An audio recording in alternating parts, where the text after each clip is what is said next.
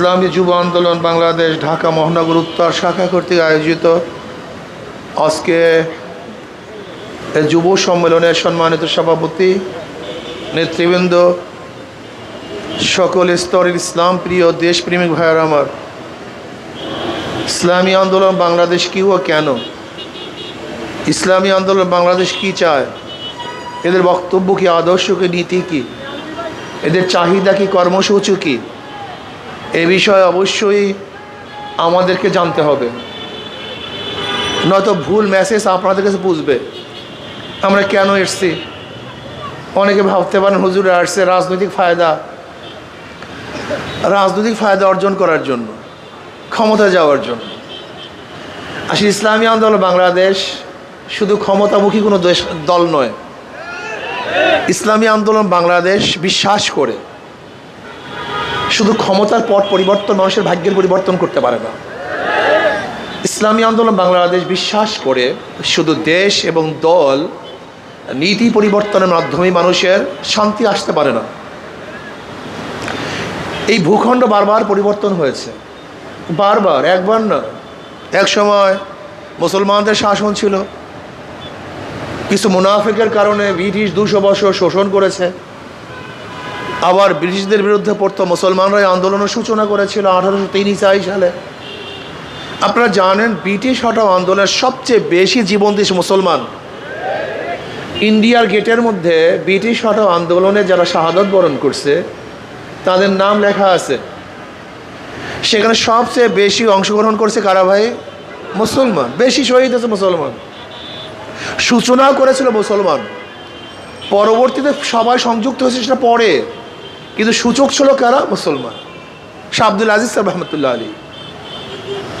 বৈষম্যের বিরুদ্ধে আন্দোলন করেছিলাম, ভেবেছিলাম ব্রিটিশ এদেশ থেকে হটলেই বৈষম্য দূর হবে, মানুষ শান্তি পাবে, মুক্তি পাবে, সাম্য মানবিক মর্যাদা প্রতিষ্ঠিত হবে, সামাজিক ন্যায় বিচার প্রতিষ্ঠিত হবে। ভেবেছিলাম ব্রিটিশ গেলেই মুক্তি পাব, কিন্তু না। হাজারো রক্ত এবং জীবনের বিনিময় ব্রিটিশকে হটাবার পরেও দেখলাম পাক ভারত উপমহাদেশের সংখ্যাগরিষ্ঠ মানুষরা মুসলমানদের সাথে বৈষম্য করছে, তাদের অধিকার দিচ্ছে না। মুসলমানদের উপরে নির্যাতন, অবিচার, অত্যাচার, জুলুম আপনি বিশ্বাস করতে পারবেন না। মুসলমানরা কি পরিমাণের জুলুমের শিকার হয়েছিল আমরা অনেকেই জানি না। আপনি কি জানেন এই বাংলার মধ্যে 80,000 মাদ্রাসাকে ধ্বংস করা হয়েছিল? দিল্লির মধ্যে 1000 মাদ্রাসাকে উড়িয়ে দেওয়া হয়েছিল।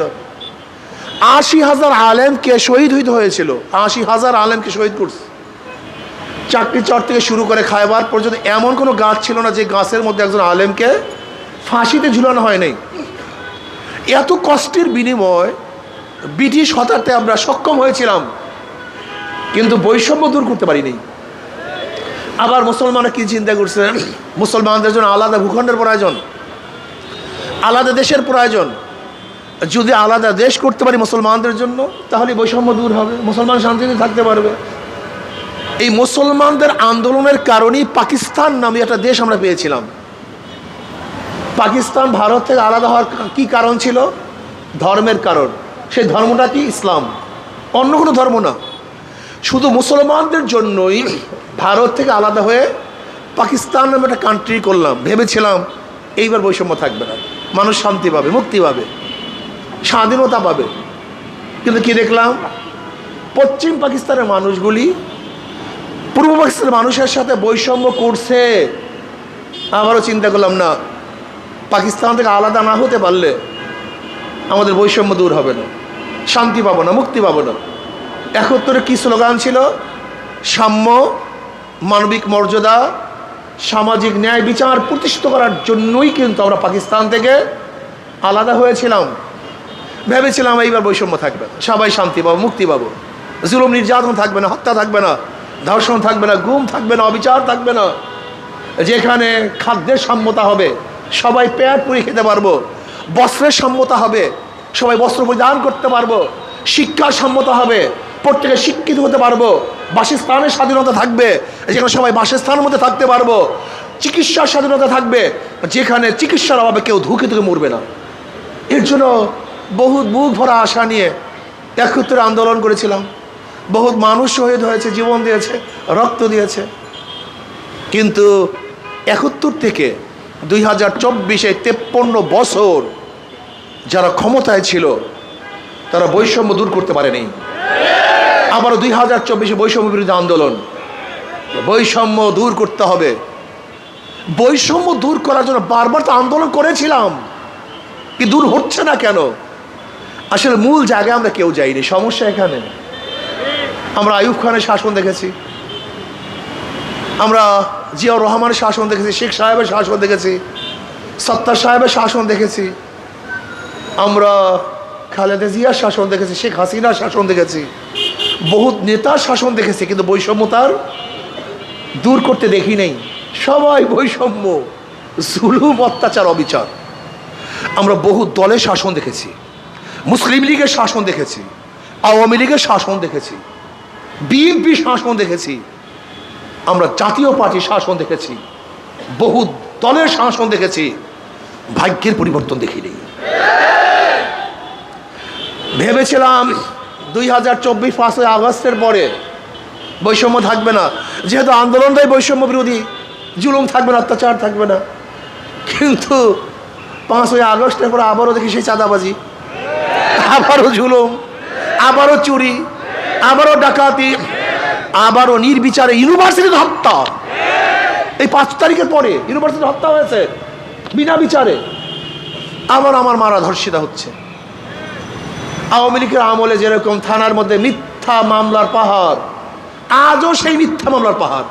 আপনি গেছেন থানাগুলি যান, মিথ্যা মামলার মিথ্যা মামলা। এর কারণটা কি? এর প্রতিকার কি? এর থেকে মুক্তি পাবো কিভাবে? এই জন্য আমাদের শায়খ মোর্শেদ আল্লাহ মারকাদু অনেক আগেই বলেছেন, শুধু ভূখণ্ড, দেশ, দল এবং নেতা পরিবর্তনের মাধ্যমে মানুষের শান্তি আসতে পারে না, যতক্ষণ পর্যন্ত নীতি আদর্শ পরিবর্তন না হবে।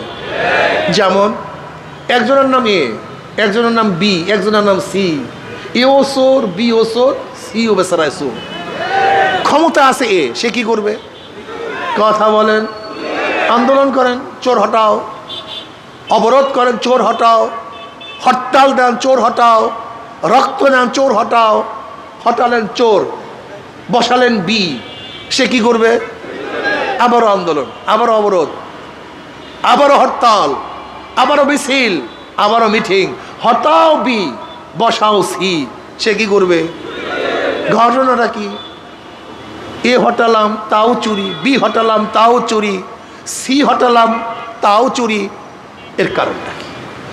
মাদার গাছ লাগিয়ে আমের আশা করা যায় না, তেঁতুল গাছ লাগিয়ে মিষ্টি ফলের আশা করা যায় না। চোরের মাধ্যমে চুরি বন্ধ হয় না, ডাকাতের মাধ্যমে ডাকাতি বন্ধ হয় না, ধর্ষকদের মাধ্যমে ধর্ষণ বন্ধ হতে পারে না, দুর্নীতিবাজের মাধ্যমে দুর্নীতি বন্ধ হতে পারে না। এই চোর, ডাকাত, বদমাশ এবং এই খুনিদের মাধ্যমে, এই লুটের এবং চাঁদাবাজের মাধ্যমে দেশ কোনোদিন দুর্নীতিমুক্ত হতে পারে না।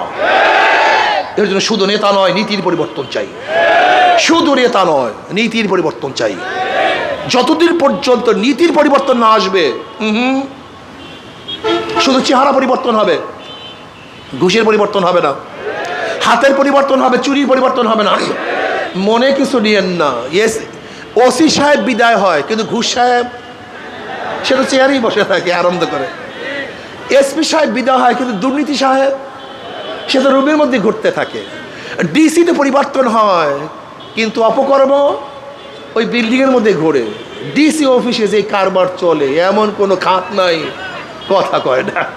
আপনি যাবেন জমি রেজিস্ট্রি করার জন্য, মাশাআল্লাহ, পাগল হয়ে যাবেন, পাগল হয়ে যাবেন। আজকে ব্যবসায়ীরা ব্যবসা করবে কেন? চাঁদা দিতে হবে কেন? কারণটা কি? আজকে মানুষ হাঁটবে, চিন্তাই হবে কেন?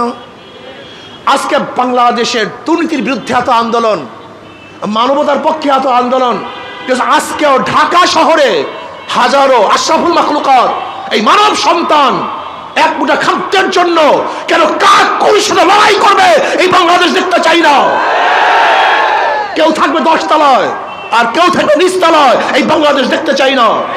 কেউ চিকিৎসা করে সিঙ্গাপুর আর কেউ ধুকে ধুকে মরবে, এই বাংলাদেশ দেখতে চাই না। কার সন্তানেরা আমেরিকায়, ইংল্যান্ডে পড়াশোনা করবে, ক্যামব্রিজ, অক্সফোর্ডে, হার্ভার্ডে পড়াশোনা করবে, আর হাজারো দুঃখী মেরিত মানুষ যাদের সন্তানেরা মেধাবী, তারা শিক্ষার অভাবে, পয়সার অভাবে শিক্ষা গ্রহণ করতে পারবে না, এই বাংলাদেশ আমরা দেখতে চাই না। আজকে অফিসে যাবেন, বাংলাদেশের জনগণ যাদের পয়সা দিয়ে অফিসগুলি চলে, অফিসাররা চলে, পেটে ভাত খায়, বাচ্চাদেরকে খানা খাওয়ায়, স্ত্রীদেরকে কাপড় পরায়, যে শ্রমিকদের ঘামে ঝরা পয়সা দিয়ে যদি অফিসে ঢুকেন একজন শ্রমিক, মনে হয় যেন কুকুরকে শ্রদ্ধা সম্মান করে, কিন্তু একজন পাবলিককে শ্রদ্ধা সম্মান করে না। অথচ আশরাফুল মাখলুকাত ওরা কুকুরকে বিছানায় উঠায়, ওরা কুকুরকে নিজের হাতে খানা খাওয়িয়ে দেয়, আর আশরাফুল মাখলুকাত এই মানব সন্তানকে ঘৃণা করে, পাশে বসায় না, কাছে ডাকে না, এক টেবিলে খেতে পারে না, এক দাস্তারখানে বসাতে পারে না। এটা কেমন মানবতা? আশরাফুল মাখলুকাত সে শ্রমিক হোক, সে কৃষক হোক, ঋষি হোক, চামার হোক, মজদুর হোক, মেতর হোক, আশরাফুল মাখলুকাত। এই মানবিক মর্যাদা প্রদান করতে হবে।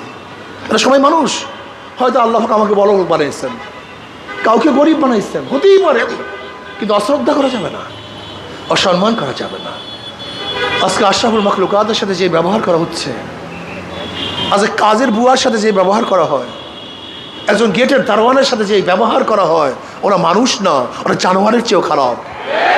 ওদের মধ্যে মনুষ্যত্ব বলতে কিচ্ছু নেই। সে গেটের দারোয়ান হতে পারে আশরাফুল মাখলুকাত, সে আমার কাজের বুয়া হতে পারে আশরাফুল মাখলুকাত, সে আমার ঝাড়ুদার হতে পারে আশরাফুল মাখলুকাত। আজকে সে পরিষ্কার কর্মী হতে পারে, কিন্তু আশরাফুল মাখলুকাত। সে মেতর হতে পারে আশরাফুল মাখলুকাত, সে শ্রমিক হতে পারে আশরাফুল মাখলুকাত। এই মানবতার মর্যাদা আমাদের মধ্যে নাই, এই সেন্স আমাদের মধ্যে নাই। কেন এটা থাকবে না? কেন? এর কারণটা কি? অথচ ওমর ইবনে খাত্তাব রাদিয়াল্লাহু কি বলেছেন, আমার খেলাফতের আমলে যদি ফোরাতের কুলে একটা কুকুর না খেয়ে মারা যায়, আমি ওমরকে জবাব দিতে হবে। এটা ইসলাম। ইসলাম শুধু মানুষের কল্যাণের জন্য নয়, ইসলাম জানোয়ারের কল্যাণের জন্য, উটের কল্যাণের জন্য, কুকুরের কল্যাণের জন্য, একটা শুয়ারের কল্যাণের জন্য। ইসলাম গাছের জন্য রহমত, মাছের জন্য রহমত, এই জমির জন্য রহমত, অর্থাৎ মানুষের জন্য রহমত। ইসলাম হুকুমত কায়েম হয়, সবাই সাম্য হয়ে যাবেন, মর্যাদা সমান হয়ে যাবে। অফিসে ঢুকবেন, ডিসি হোক, এসপি হোক, আপনাকে শ্রদ্ধা করবে, সম্মান করবে, কারণ আপনার পয়সা দিয়ে তাকে চাকরির বেতনের পয়সা দেওয়া হয়। এই শ্রদ্ধাবোধ আপনাকে থাকতে হবে। আমি অফিসার ভাইদেরকে বলবো, মাথার মধ্যে নেন, এরা জনগণ, এদের খাজনা, ট্যাক্স, ভ্যাটের পয়সায় আপনার ভাত জুটে, আপনার গাড়ির পয়সা, আপনার তেলের পয়সা যোগায় এরাই আপনার স্ত্রীর কাপড়ের পয়সা যোগায়, এরাই আপনার ছেলেদেরকে, মেয়েদেরকে ভালো খাদ্যের ব্যবস্থা করে। এই কৃষকরা, এই শ্রমিকরা, এই ঋষিরা, আমার গরিবরা, আমার রিক্সাওয়ালা ভাইয়েরা, আমার টেম্পোওয়ালা ভাইয়েরা, যদি আজকে শ্রমিকরা কাজ না করতো, তোমার বড় লিগে চলতো না। এটা সেন্স মাথার মধ্যে আনতে হবে। আজকে যারা পরিচ্ছন্ন কর্মী আছে, তাদের ঘৃণা করবেন কেন? পরিচ্ছন্ন কর্মীরা যদি আজকে এক সপ্তাহ কাজ না করে ঢাকায়, কেউ থাকতে পারবেন ঢাকায়? হ্যাঁ, একজনও ঢাকায় থাকতে পারবেন না, সব পালাতে হবে ঢাকা ছেড়ে। যদি পরিচ্ছন্ন কর্মী, তাদেরকে দায়িত্ব আছে, এটা মাথার মধ্যে রাখতে হবে। আমার ঝাড়ুদারের গুরুত্ব আছে, সবাই মিলেই আমরা মানুষ। যেমন আমার বডির সমস্ত অংশ কিন্তু একই মানেন না, কিন্তু সবগুলি প্রয়োজন। কপালের দাম আর পায়ের দাম কিন্তু এক না, কিন্তু এই পাও ছাড়া চলতে পারবো না, আবার কপাল ছাড়াও চলতে পারবো না। ঠিক আমরা একটা সমাজ, এর মধ্যে কেউ বাদশা থাকবে, কেউ প্রজা থাকবে, কেউ ঋষি থাকবে, কেউ কামার থাকবে, কেউ মজদুর থাকবে, কথা ঠিক না? এই সবাইকে নিয়ে একটা সমাজ, প্রত্যেকের জায়গায় প্রত্যেকের গুরুত্ব আছে, কিন্তু এই মানবিক মর্যাদা আমাদের মধ্যে নেই। আমরা হিংস্র হয়ে গেছি, আমরা জানোয়ার হয়ে গেছি, মানবতা বলতে আমাদের মধ্যে কিছুই নেই। আসুন, ইসলামী হুকুমত ব্যতীত সাম্যতা কোনোদিন সৃষ্টি হতে পারে না, মানবিক মর্যাদা কোনোদিন প্রতিষ্ঠিত হতে পারে না। এই যে ইসলামী হুকুমত যদি হয়, সাম্য, মানবিক মর্যাদা, সামাজিক ন্যায় বিচার প্রতিষ্ঠিত হবে, ইনশাআল্লাহ মানুষ সুখী শান্তি থাকতে পারবে, অর্থনৈতিক ভারসাম্য চলে আসবে, অর্থনৈতিক ব্যালেন্স চলে আসবে। কেউ গাছতলায়, কেউ 10 তলায় না, মোটামুটি ভাবে হলেও ইনশাআল্লাহ সাম্যতা চলে আসবে। কাজে আল্লাহ পাক আমাদের সবাইকে ইসলাম হুকুমাত কায়েম করার তৌফিক দান করেন। হ্যাঁ, ইসলামী হুকুমাতের জন্য আমি মনে করি এই যে হাত পাকা প্রতীক দেখেন, আল্লাহ শুকর, এমন এক প্রতীক যে নৌকা নির্বাচন করে সে নৌকা চালাতে পারে না, যারা নির্বাচন করে তারা অধিকাংশ নৌকা চালাতে পারে না, যারা ধানের শীষে নির্বাচন করে তারা ধান কাটতে কথা বলে না, যারা নাঙ্গল নির্বাচন করে নাঙ্গল বইতে পারে না, যারা কুঠার কাস্তা নিয়ে নির্বাচন করে তারা লাকড়ি ফাটতে পারে না, যারা গরুর চাকা নিয়ে নির্বাচন করে গরুর গাড়ি চালাতে, কিন্তু হাত পাখা এমন এক প্রতীক যে নির্বাচন করে সে হাত ঘুরাতে পারে, যারা নির্বাচন করে তারাও চালাতে পারে, পুরুষরাও চালাতে পারে, মহিলারাও চালাতে পারে, মুসলমানও চালাতে পারে, হিন্দুরাও চালাতে পারে। শুধু কি তাই, যারা যেই মার্কা নির্বাচন করে বুকের মধ্যে নিয়ে কেউ সে মার্কা নিয়ে ঘুমায় না, কিন্তু হাত পাখা এমন এক প্রতীক সেটা বুকের মধ্যে নিয়ে তারপর ঘুমাতে থাকে। কারেন্ট ফেল করে, হাত পাখা ফেল করে না। হাত পাখা সবাইকে শান্তি দেয়, ব্যালেন্স শান্তি। একটু ঠান্ডা বেশি আস্তে ঘুরাও, একটু গরম বেশি জোরে ঘুরাও, ও ব্যালেন্স শান্তি। কথা ঠিক না?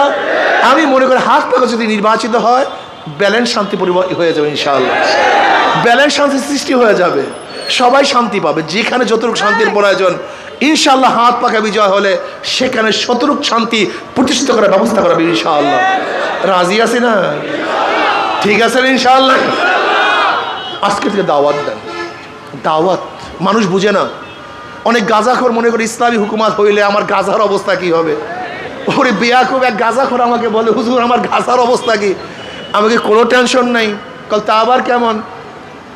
আমি বললাম মসজিদে গিয়ে তুমি গাঁজা সেবন করতে পারবা? কল না হুজুর। কল কেন? হুজুর পরিবেশ নাই। আমি বললাম ইসলামী হুকুমাত হলে গোটা বাংলাদেশটাই মসজিদের পরিবেশ হয়ে যাবে, তুমি গাঁজা সেবনই করতে পারবে, তোমার মন চাইবে না, সমস্যা আছে। কল না হুজুর তা তো ঠিক আছে। অনেকবার বিপর্যয় মা বোনেরা মনে করি ইসলামী হুকুমাত হলে আমাদেরকে বস্তাবন্দি করবে। না রে বাবা, ইসলাম হুকুমাত তোমাকে একটা পরিবেশ সৃষ্টি করবে যাতে তুমি ভালো হতে নিজেই মন চাইবে। কথা কয় না। চোরেরা মনে করে ঘটনা কি আমি ইসলামী হুকুমাত হলে পকেটে হাত দেবো কিভাবে? পকেটে হাত দেওয়ার দরকার নাই, সরকার তোমার পকেটের মধ্যে টাকা ভরে দিবে। তোমার সমস্যা কি? সরকার তোমাকে খুঁজে খুঁজে টাকা দিবে। বিশ্বাস হয় না? আফগানিস্তানে মাত্র কয়েক মাস ইসলামী হুকুমাত, কয়েক মাস, বছরও না। এর মধ্যে এমন ভাবে আল্লাহ টাকা ঢাইলা দিছেন, গোটা দুনিয়ার মধ্যে রেমিটেন্স এবং টাকার মান এত বেশি কোথাও বাড়ে নাই।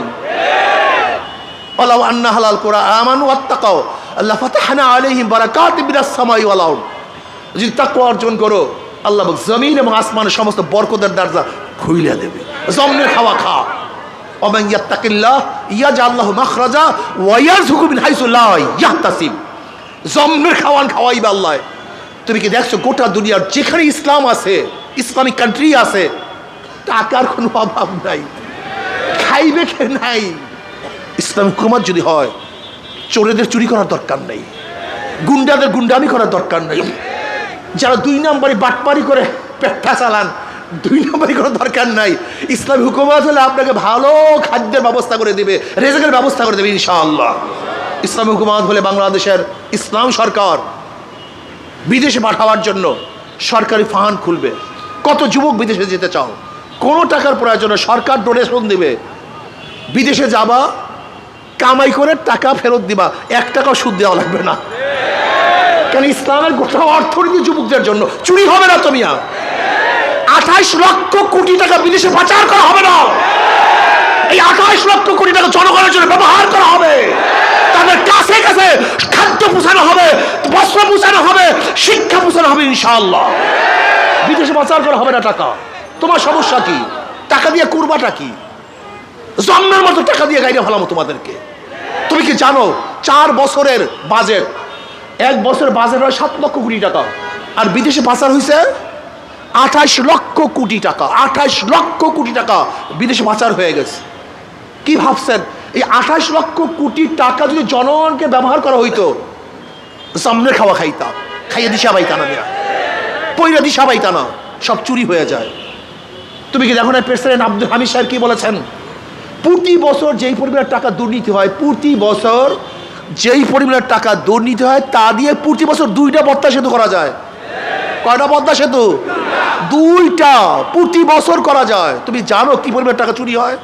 জানোই তো না তোমরা। কেন? তোমাদেরকে তো ইলেকশনের সময় ফেন্সিডিলের বোতল ধরাইয়া দেবে, গাজার কলকি ধরাইয়া দেবে, ওই চোরা 500 টাকার নোটটা ঘস ঘস করে মারবে, পাগল হয়ে যাবে। বিয়াকুফ কোথাকার, ওর বাবার টাকা দেয়, চোরা টাকা। যারা এই টাকা নিয়ে ভোট কেনার জন্য আসবেন, মনে করেন এইটাই চোর, এইটাই ডাকাত, ওদেরকে ভোট তো দিবেন না, জুতা মারিয়া দিয়ে, তাই ঠিক হয়ে যাবে ইনশাআল্লাহ। কাজে আসুন আমরা ইনশাআল্লাহ ইসলাম হুকুমাত কায়েম করার চেষ্টা করি।